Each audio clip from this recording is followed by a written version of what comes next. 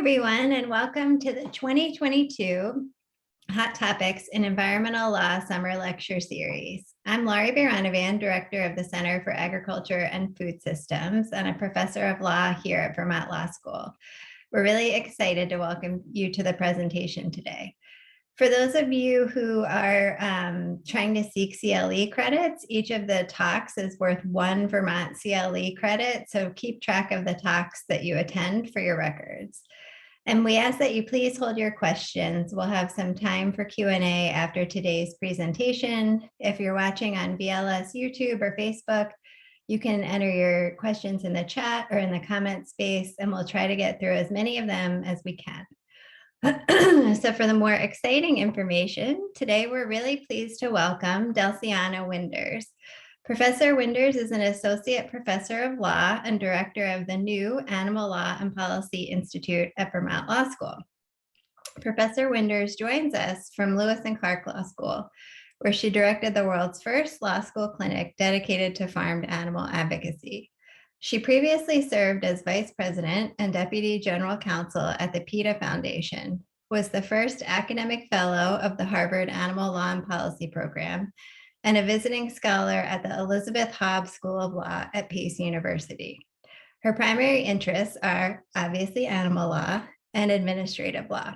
Her work has appeared in several law journals. She has a forthcoming book chapter on the Endangered Species Act and captive wildlife. Professor Winders has also published extensively in the popular press. She received her BA in legal studies with highest honors from UC Santa Cruz and her JD from the NYU School of Law.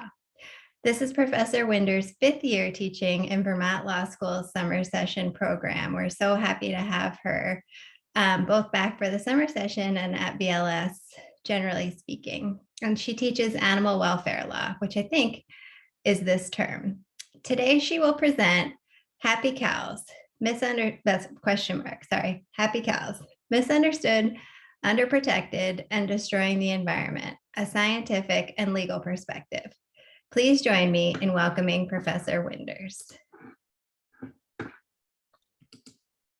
Thank you so much, Professor Baranovan. And yes, I am teaching animal welfare law this term immediately after this talk, so hopefully we can wrap up very timely. I do have a few slides, so I'm going to share those.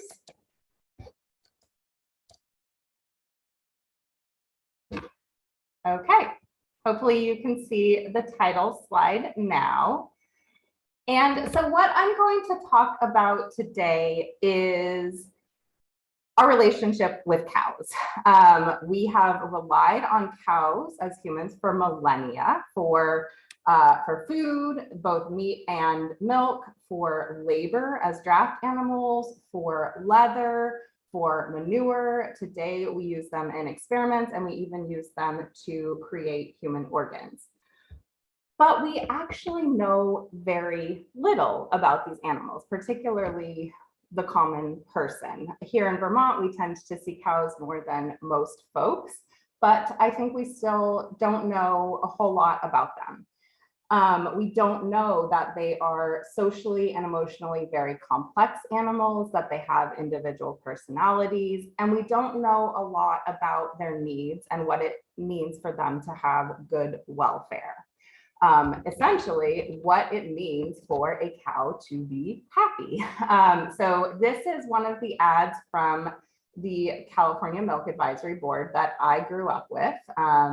This was in the 2000s. Great cheese comes from happy cows. Happy cows come from California. If you're in Vermont, you may not be familiar with these Flatlander advertisements. However, you also had more recently Ben & Jerry's making very similar claims that their ice cream was made from happy cows.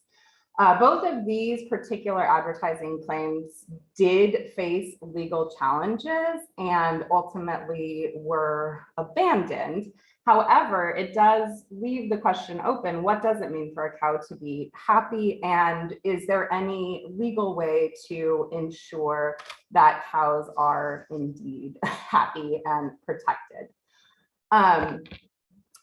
I'm going to start with a discussion of the science, what we do know about cows based on the scientific literature. And it's not a whole lot.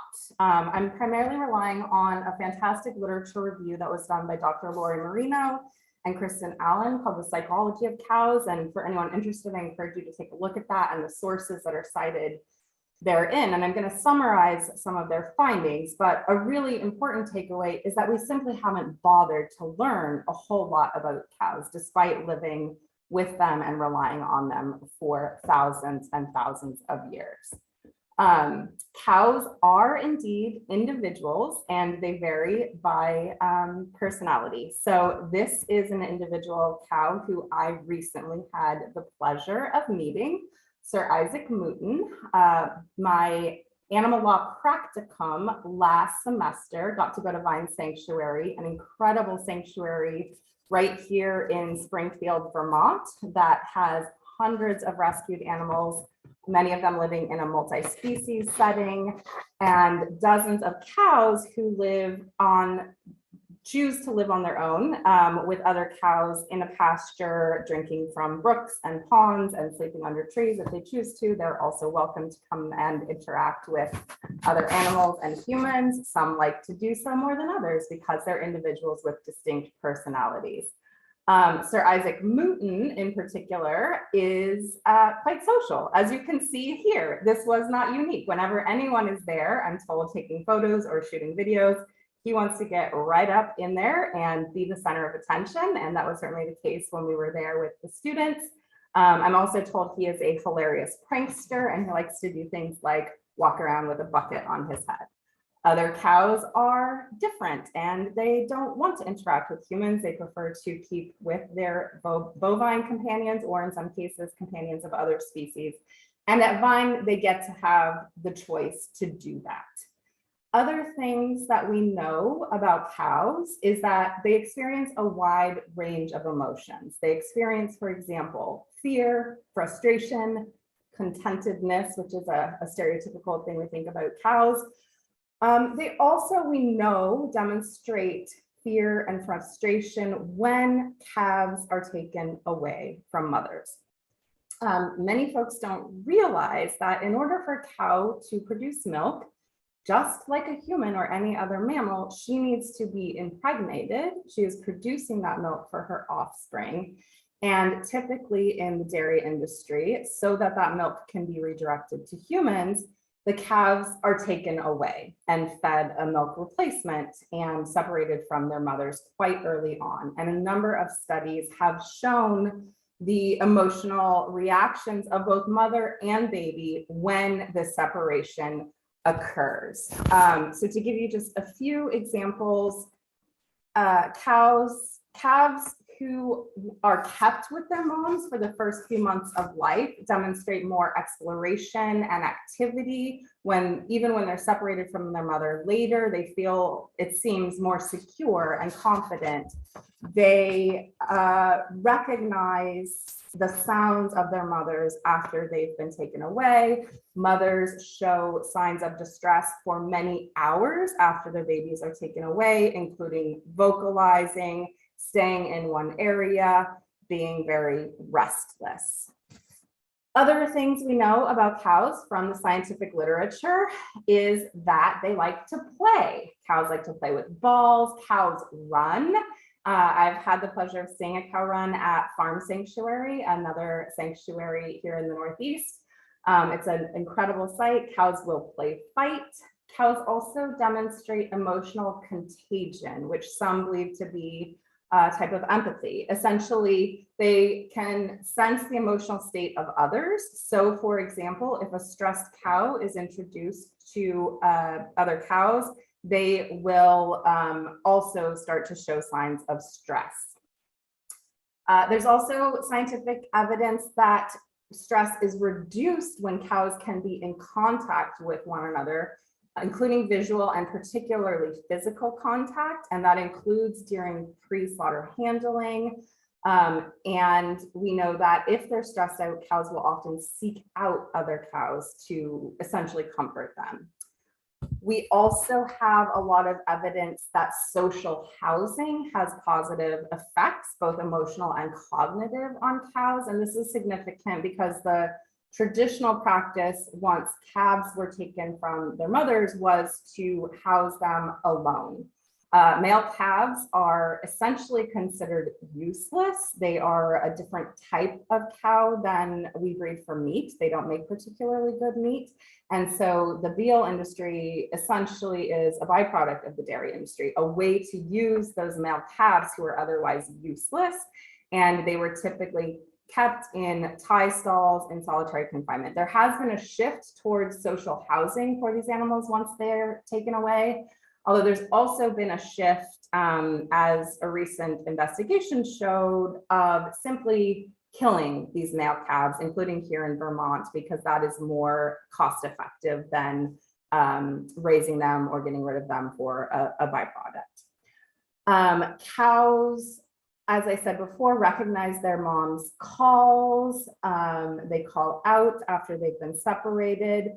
They also demonstrate, as Sir Isaac Newton here does, individual traits. Not all cows are the same. Not all cows are divas like Sir Isaac Newton. So some are more anxious, some are more curious, some are more social than others.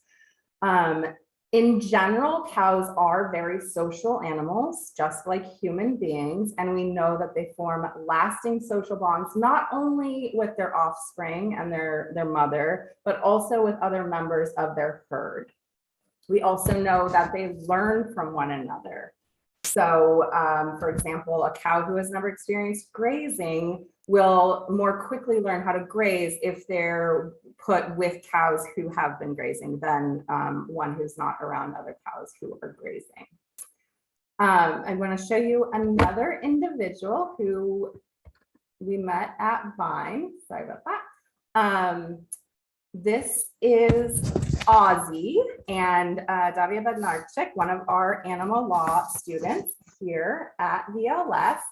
And Ozzy is also from the dairy industry.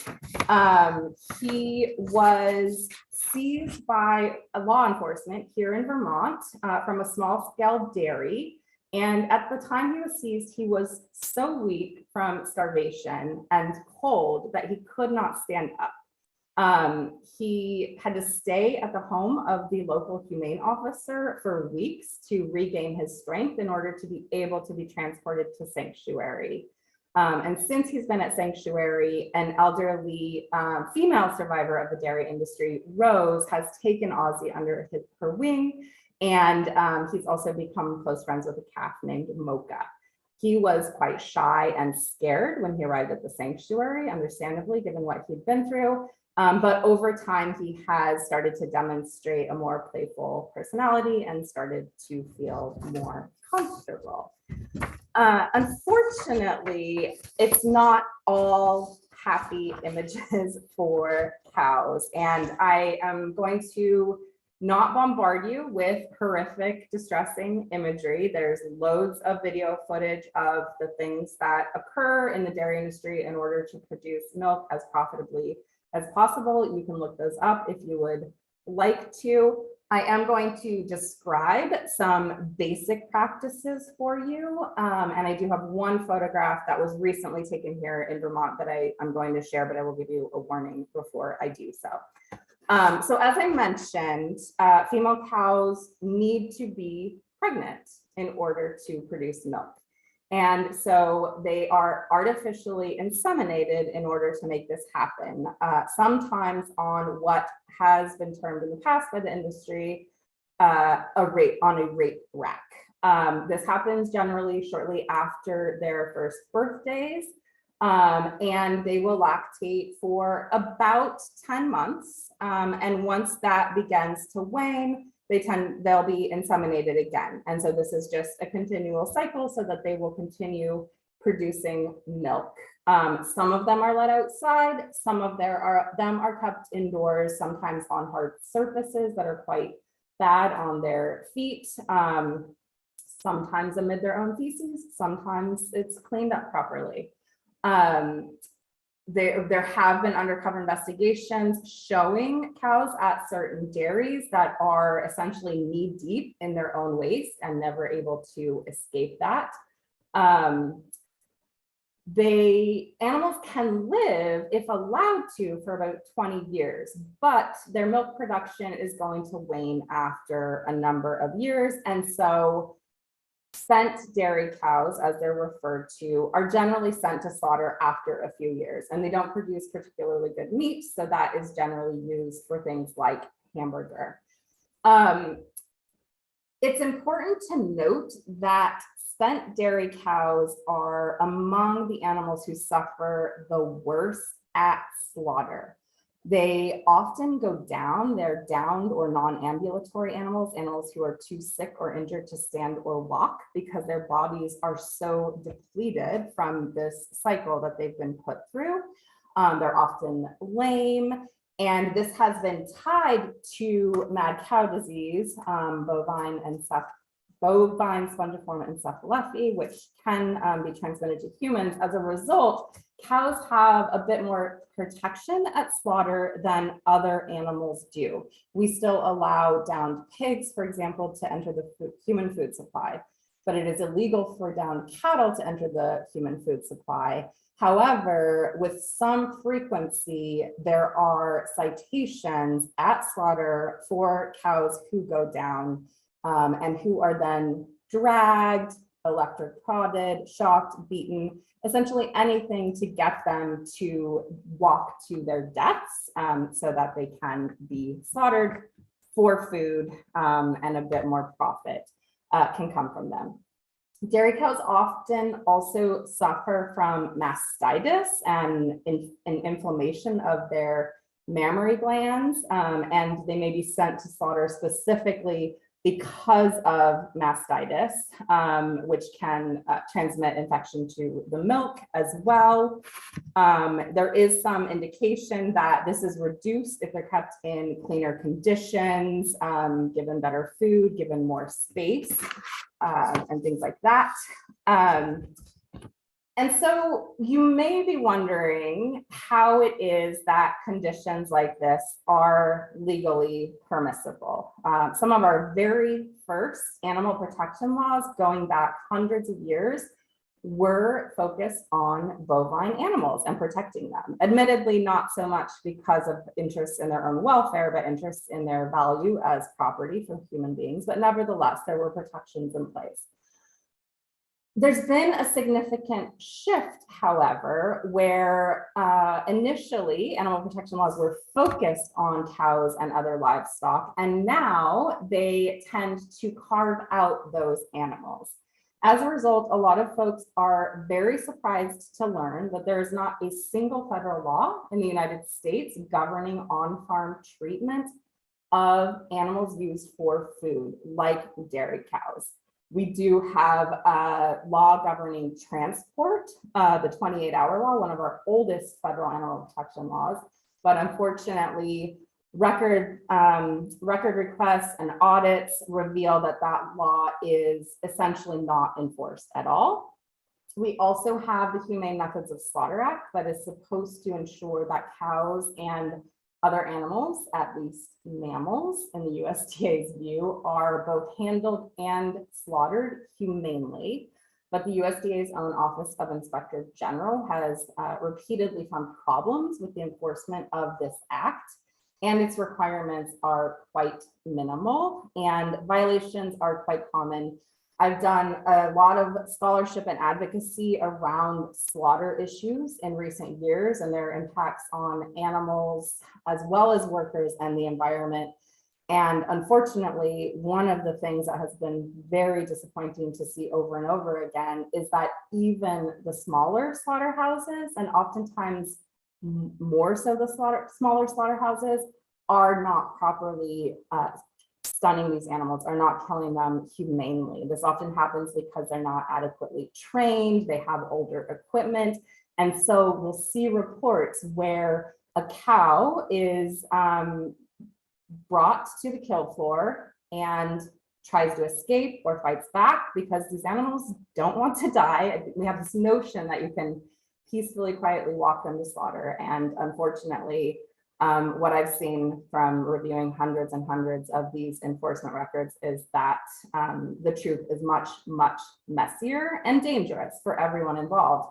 And so these animals will be stunned, often, or attempted to be stunned with shotguns sometimes at the smaller slaughterhouses, or a captive bolt gun that is supposed to cause instantaneous loss of sensation, but it fails. It does not go into the right place, and it will be done once, twice, 3 times, 4 times, sometimes even 5 times.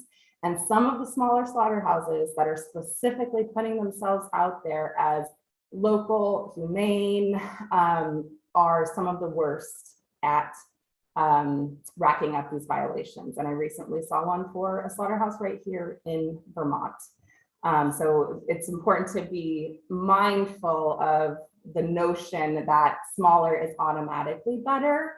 There are certainly problems that are inherent in large-scale industrial factory farming, and the scale is monumental. The number of animals who are suffering is huge, but smaller is not automatically a better situation for animals. So we have these limited federal laws, slaughter and transportation, and they're poorly enforced. Nothing for the bulk of the animal's life, however. Nothing for the months and years that a female dairy cow spends being impregnated over and over again, having her calves taken away from her, mourning the loss of calf after calf. What about the state level? We have, as you may know, state animal cruelty laws in all 50 states. And in recent years, recent decades, those have in some instances been made felonies, which has been taken as a sign that we're taking animal concerns more seriously. Generally, however, farmed animals have reduced protections under the state animal cruelty laws as well. Many of the states have what are called routine husbandry exemptions that carve out or limit in some way the reach of the law for practices that are considered, depending on the particular state, routine, common, acceptable, and so on within agriculture. And the accepted wisdom has come to be that these exemptions mean that these animals are completely written out of the laws, that they have no protections if they are being raised for food. In a law review article that I am currently working on, I try to problematize that notion. I do think that there is space, despite the existence of these exemptions, for some protections for farmed animals. But the truth is that it is quite rare for a prosecutor to take up a case.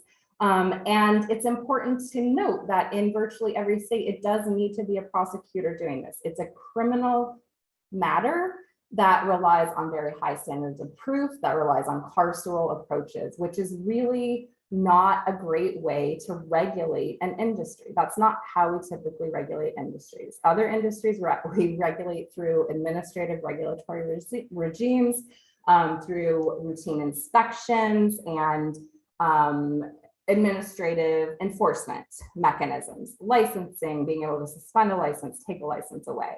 Using a criminal law system is very challenging, particularly when everything that happens is behind closed doors, is not subject to inspection, and increasingly is subject to laws like ag-gag laws to protect what is happening. And we had just last term an intensive course on undercover investigations that delved into a lot of these issues that are currently facing animal protection advocates and further limiting their ability to get access to evidence to protect these animals. So the fact of the matter is that we don't have a meaningful level of oversight of cows in the state or the federal level in the United States. There are also environmental concerns. Folks may know that agriculture, and especially animal agriculture, is a major contributor to climate change inducing greenhouse gases. Cows are the #1 contributor to these issues, the #1 agricultural source of greenhouse gases. Just one cow produces 220 pounds of methane in a year. That is 28 times more potent than carbon dioxide. Methane is 28 times more potent than carbon dioxide. So this is a very significant climate impact. There are also other environmental impacts as well. Cows produce a lot of manure. An individual cow is going to excrete about 18 gallons of manure each day, and that needs to go somewhere. Unfortunately, that often ends up as runoff in our waterways, and is a major cause of polluted lakes, streams, rivers. There are also air pollution impacts that happen in addition to the methane emitted by the cows and by the manure. There is environmental impacts in the transportation to slaughter, which is often quite far away, and in slaughter itself. I recently published a law review article with colleague Danny Replogle on the environmental impacts at slaughter alone. We often hear about the impacts to raise these animals, but there is a whole nother level at slaughter, and cows are tremendously water intensive to slaughter, and that water is also discharged into our waterways directly.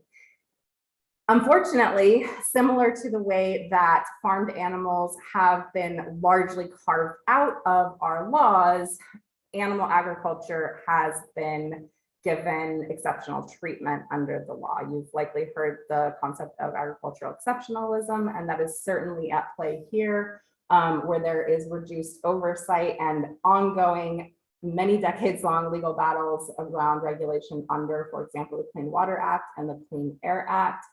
The USDA's Food Safety Inspection Service, which is responsible for overseeing slaughterhouses, declared itself essentially exempt from the National Environmental Policy Act many years ago, and so has been refusing to do environmental impact analyses, even when it is licensing slaughterhouses, new slaughterhouses that are very large scale, allowing slaughterhouses to speed up in a specific attempt to increase the number of animals slaughtered, which has a direct impact on an increase in pollution.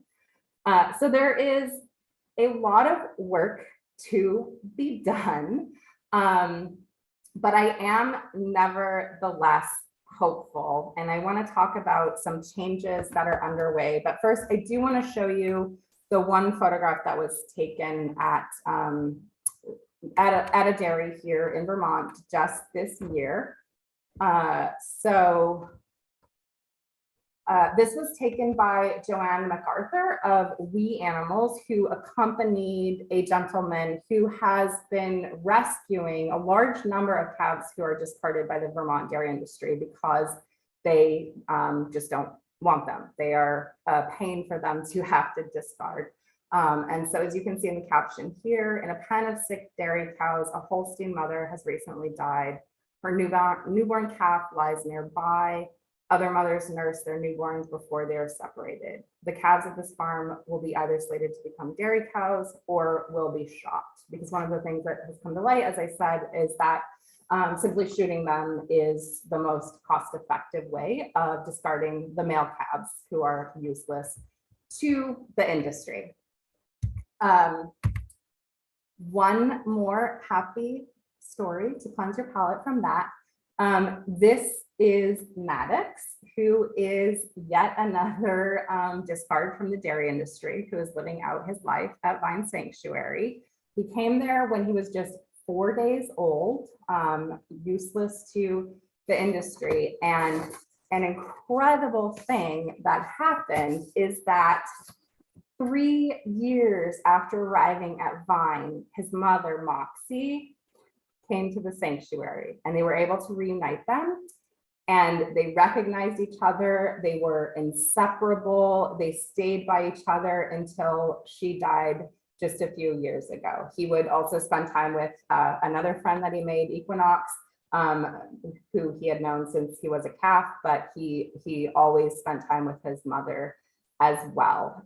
As you can see, Maddox is one of those more social cows, and I'm told he has taken on a leadership role in the herd out in the pastures there, but he still likes to come visit with the staff members who knew him when he was quite young and first came to the sanctuary as well. So what can we do about this? What should we do about this? I've really given a very, an overview. There's a lot more detail that we can dig into.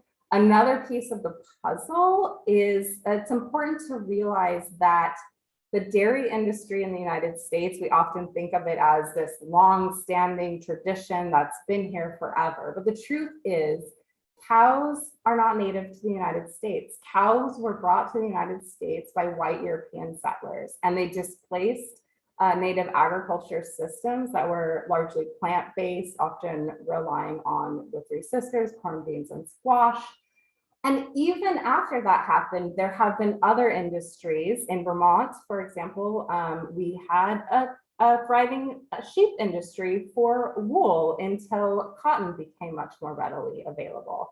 And in an incredible book that I highly recommend, The Oxen at the Intersection by Patrice Jones, she goes into some of this history and some of the ways in which human, animal, and environmental interests are very tangled up, and how we might go about starting to untangle them. And my intent in sharing this information is absolutely not to attack or undermine anybody.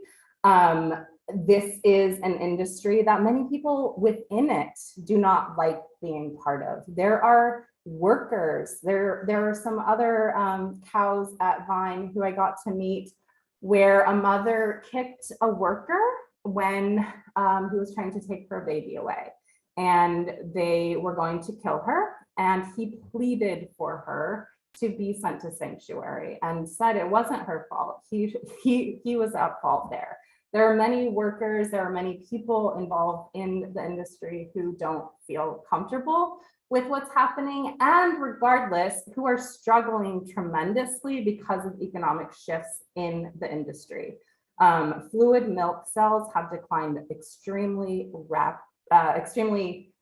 significantly in the United States, and the industry at this point is not profitable on its own. It is profitable barely, if at all, because of monumental government subsidies. And there are dairy farmers who are starting to think about what they might want to do instead, and whether they might want to transition to a different form of agriculture or something different altogether. And there are a number of organizations and companies as well. Miyoko's out in California, Farm Sanctuary, Mercy for Animals, Animal Outlook, to name a few, who are trying to help individual farmers who want to get out to transition to other types of agriculture or other types of businesses, whether it's there's a broad array of things that are possible. And sometimes this is a matter of helping them deal with debt, helping them deal with structures on their property that aren't really, they can't really use for anything else. Another issue, particularly here in Vermont, that I'm working on with Dadia, the student who was in the earlier photo, is the issue of barn fires. We quite often have barn fires, and we have very little protections in the law for animals who die in barn fires and to prevent those. There was one last year in Vermont in which I believe more than 100 cows died, if I'm not mistaken. So some of these structures are quite outdated, and folks simply don't have the resources to convert them into something else that they might be able to use. And so I am in the early stages of a collaborative project with others, looking at how we might take this further and not just help individual farmers who want to transition, who want to do something that is more economically viable, that is better for the environment and for animals, but how do we make it viable on a large scale, on a policy level? What sorts of policies should we implement to facilitate these transitions and to facilitate a legal and economic regime that makes it easy and possible for people to engage in farming practices that are better for everyone involved?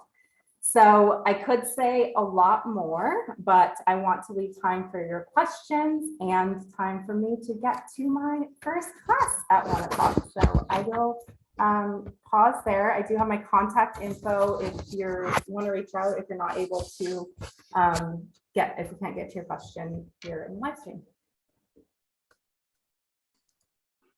Thanks so much, Delcy. If anyone who's listening has questions, please feel free to pop them into the chat on whatever platform it is that you happen to be watching on. Delcy, in the meantime, I have a question for you.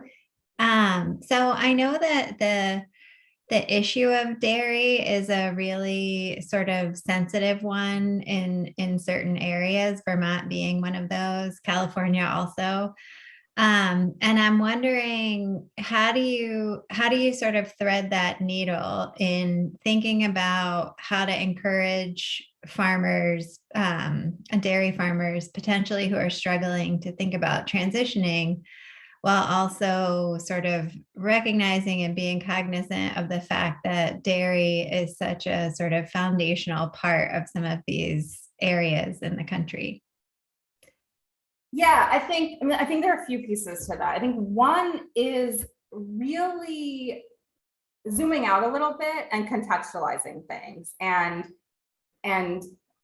problematizing the notion that, dairy has always been here. It may seem like it always has been here. It's been here for a few generations, but it's, in the grand scale of things, it's pretty new, and it is tied to European white settler culture. And so if we can look at that context and recognize that we're not talking about an agricultural practice that's been engaged in by Native peoples for millennia, we're not talking about native animals even, we're talking about something that is relatively short in the scale of time, but not to discredit the fact that in these family cultures, it is, a tradition and a practice, and that there are lots of, emotions and other things bound up with that, and to be respectful of those feelings, and to look at, what could be done that might still facilitate these same sorts of connections with the land, and maybe even in a way that is in closer harmony with the land and our the biodiversity here in Vermont. So I don't know if that answers it.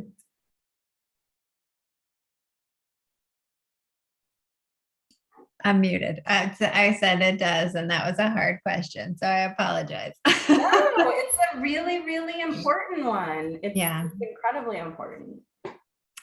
So one of the questions that we got from the online folks is whether there are any ag-gag type laws here in Vermont. So I do not believe that there are, but that is not my area of expertise. So I would probably punt that to my colleagues who have more expertise in this area, Professor Meg York, who taught our undercover investigations course, and Professor Pamela Vesland, who teaches our farmed animal law course. We have a lot of animal law courses here. So I don't believe so, but I am not 100% certain about that. I do know that the photographs that Joanne MacArthur was able to collect, and I recommend looking at others. Those are on We Animals Media, and there are many, and they're very powerful. Those were done in a more open fashion. Yeah. That's great. Thank you. So another question from online: with the increase of vegan food options and interest in those, have we seen a decline in the dairy industry at all? And I'm assuming that that probably means the amount of farms in operation or even just production declines. And a comment that it seems like vegan options are booming compared to even just a few years ago. Yeah, so there are a huge number of plant-based milks available now. When I went vegan 3 decades ago, it was very hard to find anything, and Vita Soy was generally the one option, which has sadly disappeared from mainstream grocery shelves. Now you go to a coffee shop in most places and they have 3 different options of non-dairy milks, and it's a little overwhelming, although also you still have to pay extra for it, which is a little odd. So yes, the non-dairy milk industry is thriving. The fluid cow's milk industry is struggling. And that's a shift. But I think it's important to keep in mind that there's not always a one-to-one replacement. In the context of meat, for example, the non-animal meats industry is also thriving, but we're also slaughtering more animals per capita than ever before in the United States and in the world. And so it's a bit more complicated. And I think that's part of why it's so important to look at how our policies are supporting certain industries and practices, and how they're creating an uneven playing field for others, and they're making some stuck in an industry that they want to get out of, but they just don't have the means to because of the debt, the subsidies, and so on. I remember when I told my grandmom in Kentucky that I was vegetarian in college, she said, "Are you kidding me? We were vegetarian because we couldn't afford meat." And that's totally changed. Yeah. Totally shifted. It has, although the subsidy situation still makes the cost a little bit skewed in a way that it shouldn't be. Yes. So another question from online: what do you think the primary reason is for dairy farmers not wanting to transition to other plant-based production? Yeah, it's a great question. And it's something that we're actually in the collaborative research we're doing, hoping to get some more insight into by asking the farmers and talking with the farmers and getting a sense from them. So we're developing some surveying that we're hoping to do, and how broadly and extensively we can do it will depend on funding considerations. But we know there are a lot of potential factors out there. We know that a huge piece of the puzzle is that the government will pay for this in ways that they are not paying for plant-based alternatives. And that's why we want to look at proposing some specific policy initiatives. But first, it is really important to know what the farmers themselves want. Are they even interested in this? Some are, we know, because some are doing it. And we're hearing more and more stories about folks who are doing it. But it's really critical to learn what they see as the stumbling blocks so that we can help them navigate all of that. Yeah, and I know Ruthie Lazenby, a staff attorney in our environmental justice clinic, just finished working on an issue brief focused on biogas and all the stacked subsidies for biogas, both private incentives and public grants and other types of opportunities from the federal government. So that really gives them a bit of an uneven advantage. And also, I would say probably discourages people from even thinking about transitioning away from these big industrial level dairy farms. So Delcy, I just jumped in on that because it's such an important piece of the discussion. Biogas, or as some are calling it, factory farm gas, we're basically putting in place these really problematic so-called technological fixes to a monumental problem in a way that's going to further entrench factory farming potentially. And there are groups like Public Justice and others doing really important work around this issue. And we do need to fight back against policies that are going to further entrench these systems, rather than looking at alternatives that are more environmentally, human, and animal friendly. That's great. Thanks, Delcy. So I know it's 12:49 and you have class at 1 because you're teaching your class this session, which you confirmed. So I think if there's any last parting thoughts or wisdom that you wanted to leave us with, I was going to say that we probably should cut the cord so that we can let you get to your class and let students get to their classes as well. But if there's any final thoughts that you wanted to share, go for it. Thanks, Lori. I'll just say, I mean, I think, some of the things I shared were pretty bleak. We are in the midst of a climate crisis and we have a lot of work to do, but I also am truly tremendously hopeful. We have, as you said, Lori, all of these alternatives available on the market now. We have a lot of really smart, really informed folks working on these issues and funding these issues. And so I think we're at a point where we're going to see some really promising transitions. Thanks so much, Delcy. This is great. And thanks to all of you who are online and participated online. We really appreciate you tuning in. Have a great afternoon, everyone.